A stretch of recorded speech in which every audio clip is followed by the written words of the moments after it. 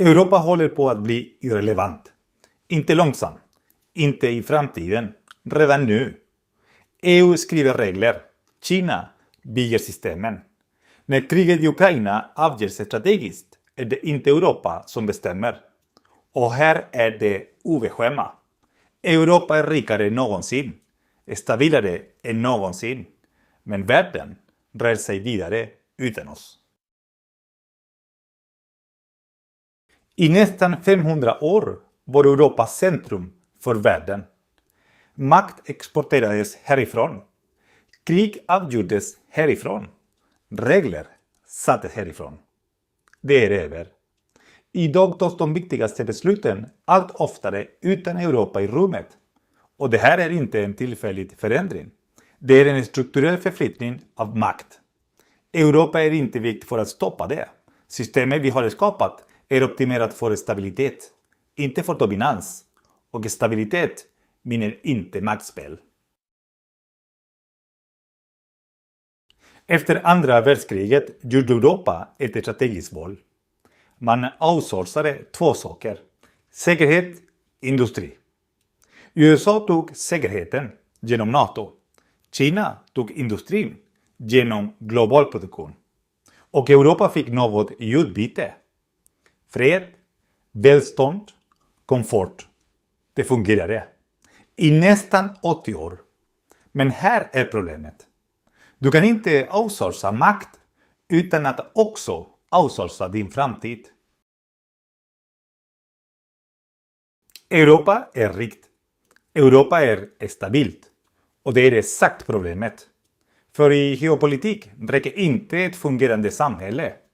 Makt handlar om att kunna tvinga fram utfall. Om du inte kan påverka spelet, då spelar du inte. Du tittar på. Europa är på väg att bli publiken.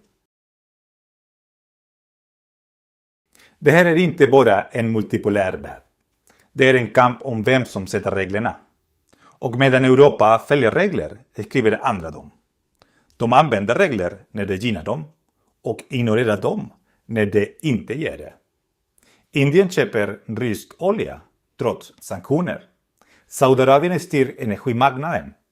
Kina bygger handelsvägar över hela världen. De är inte nödvändigtvis rikare än Europa, men de har något Europa saknar. Viljan att använda makt. Turkiet gör det Europa inte vågar. De är i NATO och köper ryska vapensystem. De förhandlar i Ukraina och expanderar samtidigt. De väntar inte på tillstånd. De skapar fakta. Det här är makt. Och det är exakt det Europa slutade använda. Gulfstaterna spelar ett annat spel. Det här ser ut som public relations, men det är makt.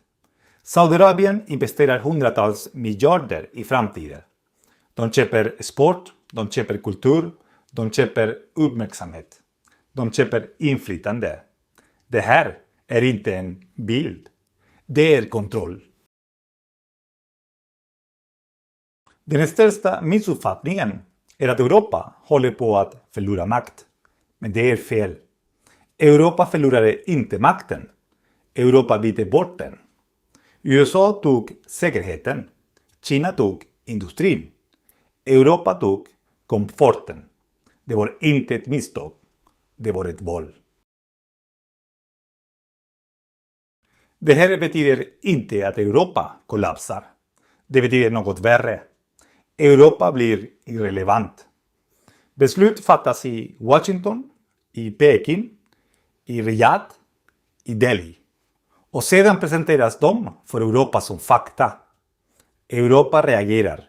Europa analyserar. Europa skriver rapporter. Men Europa initierar inte längre. Och i geopolitik gäller en enkel regel. Om du inte sätter agenda är du inte en aktör. Du är en variabel. Det farligaste som kan hända en civilisation är inte att den förstörs. Det är att den blir irrelevant. Att den finns kvar. Rik, stabilt, fungerande. Men utan förmåga att forma världen. Det är inte kollaps. Det är marginalisering. Så frågan är inte om Europa överlever. Frågan är, kan en civilisation överleva som inte längre formar världen? Eller kräver överlevnad förmågan att använda makt? Frågan är inte om Europa förstår vad som händer.